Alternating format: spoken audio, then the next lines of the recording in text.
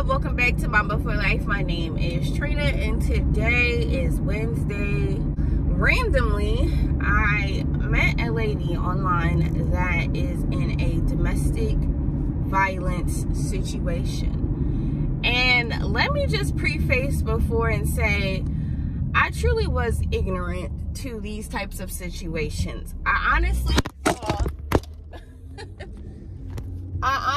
thought if you were in an abusive situation, you could call and say, call the police, or, you know, try to call a domestic violence shelter or whatever and say, hey, I am with an abusive partner and I want to leave. He controls the money. I don't have a job. I stay at home with the children. I don't have a vehicle and I'm trying to leave while he's at work. Or even if kids aren't involved, I'm trying to leave while he's at work. And I thought organizations would be like, sure, you know, we can, you know, accommodate you or this or that, whatever. And it's not like that, y'all. When I tell y'all, I've tried to film this video a couple times, and every time I've done it, I've cried like a big old baby because I kind of feel bad for judging my mom. I take a second to breathe. But I really, truly was mad at her because I'm like, you're getting beat. Why won't you leave?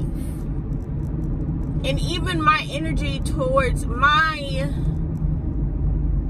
comment to her when she was talking about she was getting beat was honestly mean. It wasn't like mean verbally, but where it came from was a place of anger. Like, you need to worry about your kids. You need to get out. Da da da da da. And y'all, when I tell y'all from 7 o'clock to 1 o'clock in the morning, I called so many places. I've called so many places, and it's crazy that they want these people to jump through so many hoops. It's insane. I've never, my mind would not, I cannot believe that. I honestly thought this was scamming. I'm not gonna lie to you. Can I be honest and say that I thought she was scamming when she was talking about how she's been trying to leave and she can't, and she took her children to a shelter and they told her they had no beds, and she called places while she was sitting on the curb with her children in the middle of the night, and they are not helping her. They're telling her they can't help her, to call family, friends. Now I will say I have, oh, again, y'all, we gonna make it. We gonna make it. I can say that when I did deal with domestic violence with my oldest son's dad, I was able to call my mom to come get me. So I understand how much of a blessing that is to just be able to call a family member to come and remove you from that situation. But she does not have that option. She does not have family that she can depend on. She doesn't have friends. And gosh, she don't have that. And the fact that she's called these places for help and no one seems to be able to assist her out of this situation, y'all, when I see her face, I was so freaking triggered. My mom's face used to be swollen like that, y'all. Oh my gosh. Nobody should have to live like that. And I really feel bad for judging my mom. I really feel bad for judging her. Because this lady has 3 kids. My mom had 5. My mom had 5, so I can only imagine how hard it would be to try to accommodate that, to try to find a place that would accept her, that would have that many beds. It's crazy. It's so crazy. So I literally woke up. I literally went to bed a little after 2. I didn't even get a chance to take a shower last night, y'all, because about the time I started doing this researching and stuff, it kind of just continued until 1 o'clock, and then by then I didn't even have the energy to take a shower, and then this morning, I woke up like around 5 to check, and I think my nerves just woke me up. I woke up around 5, and I wanted to see if there was an update on the post, if anybody was able to help her, because there was so many people like PM me, and I'm thinking somebody was able to help her. And I don't know. I haven't talked to her this morning. I sent her a message. I had to try to make myself go back to sleep, so I did go back to sleep, but then I went to sleep after 6, and then I got a call around 9. I got a call around 9 from one of the shelters that I had called last night, one of the numbers I had called, and she was referring me to a place that when I called, I kid you not, they said that they need a police referral. And I told her that when the police came out, it was y'all, so I am back at home. I had to make me some breakfast real quick because I don't really have anything quick on hand.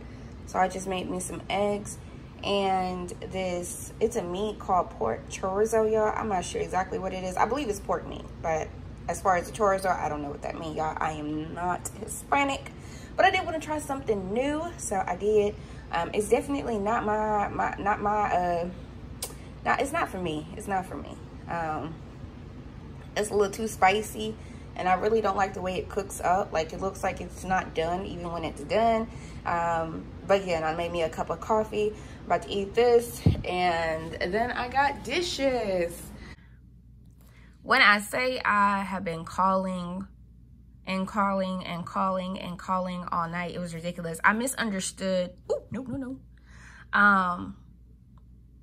I misread her message where she said that she was in Columbus, but from Toledo. So I thought she was saying she was in Toledo.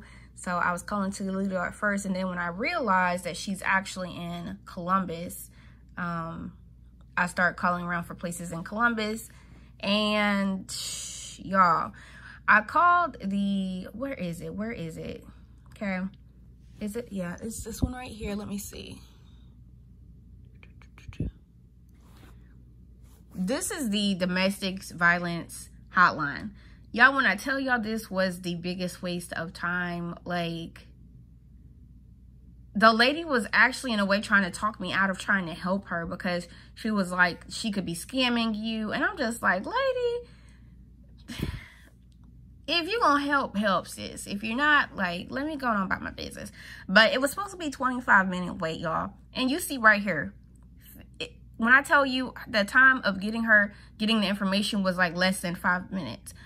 Majority of the time on this call was me waiting, and it says that you're supposed to wait 25 minutes. So that is kind of scary for, you know, from a perspective of someone who's actually trying to get that information and get up out of there. But let me go back. I'm trying to find, I think this is choices right here. And we're just going to start over again. Choices, how may I help you? Yes, ma'am. I was calling to see if I can get some information. I am in Tennessee, but I have a friend who is in Columbus, Ohio. She's currently trying to leave a domestic violence situation. And when I called last night, they said she needed a police referral. So I'm working on getting that for her. However, she will not be able to go to, they gave me a domestic violence intake tomorrow to try to get that referral. If she takes care of that tomorrow, what are the chances that you guys will have a bed available for her and her children? She has 3. You said she had a domestic violence referral? She's trying to get that. So when I called last night, they said that in order for her to come in, she would need a police referral. And when the police came out, they pretty much told her yesterday that they would arrest both of them. They wouldn't be just arresting him. So she's in the process of trying to get a referral. But I'm trying to see, like, after that, because I'm going to set up for her to, I'm trying to get everything moved in place so that she's not left in a situation where, you know, her and her children don't have a place to stay. So I'm working on getting a hotel tonight. But tomorrow she will be going to the domestic violence intake at the courthouse, trying to get a referral, a police referral. So after she does that, I know that's what's needed to come to Choices. What I'm asking is, after that, would she be accepted in? Like, what are the chances of her being able to get a bed for her and her 3 children? So if she calls, or if the police do a lethality screening on her, that means they feel like it's a high danger situation. So they'll get in contact with us if they feel like it's high danger. Okay, so then it wouldn't necessarily be a referral. She just needs them to pretty much say that she's in a dangerous situation. She would tell the police her situation, and according to their professional opinion, they will judge it to be high danger or not high danger. So if they judge it to be high danger, they'll get in contact with us, and we'll take it from there as far as doing a screening on her. Okay, so would she, if they are able to vouch for her, she would be pretty much guaranteed a bed or a room? Yes. Okay, and then what do you guys help with? Like, cause she has no income, she has no car. She is fully dependent upon her abuser right now. We have case managers who help with, help with getting employment. Okay. But, I mean, she'll have to put the work in to do it and whatnot. Eventually, assuming that she meets all her goals in shelter, she'll be transitioned out of shelter into safe housing. Okay. To safe housing. And is that like where, like what exactly is that? I'm sorry. Safe housing is housing elsewhere other than where her abuser was. So it can be like an apartment somewhere here in Columbus or whatnot. Okay. All right. So pretty much she'd be housed. She'd have her own house, her own home, outside of the shelter. Yes. Okay. All right. All right. And you guys are never mind here. All right. Thank you for your help. No problem. Y'all, is it me?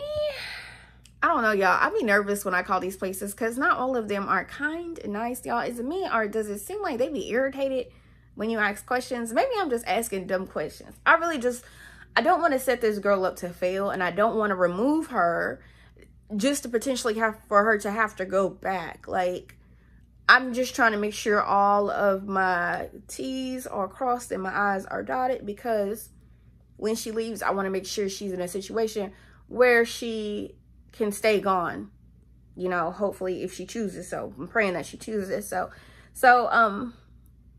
my only issue now is trying to get her a hotel. I don't even know how I'm about to ask y'all for this, because I'm kind of scared, y'all. Y'all know I don't like asking for money. Whew.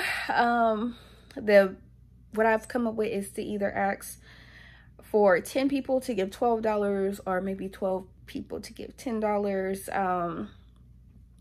I don't know, y'all. We gonna see. We're going to see. Hopefully, I don't know. Why did I ask Control to help me with my sugar intake? Can you bring me the box, Sean? Control. So I've been doing really good kind of on my sweets. But I have a weakness for sweets, y'all. I love sweets. The other day when I went to IGA, I grabbed this box and I didn't tell anybody about it. 30 grams of sugar. Control wants me to show you the facts. So, the first night I had them, I ate one little 2-pack. And I still wanted some more sweets, so I ate a half of one, y'all, and it made me a little sick. So I just put the other half up. And then I ate the other half last night. Well, tonight I was like, I really don't, like, I've been doing so well on my sugar that I didn't want to mess up again. So I gave it to Control. Bad idea, because he has gone all fitness trainer on me.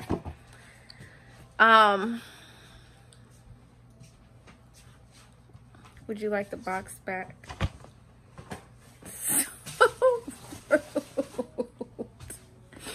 I'm giving the other ones away, y'all, because he's trying to take my cranberry juice.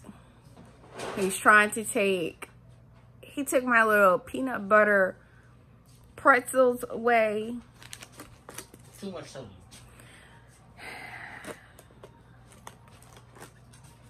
This is what I get for asking him to help. I thought I would get a congrats for turning in my sweets. I did not. So the next time that I do slip up,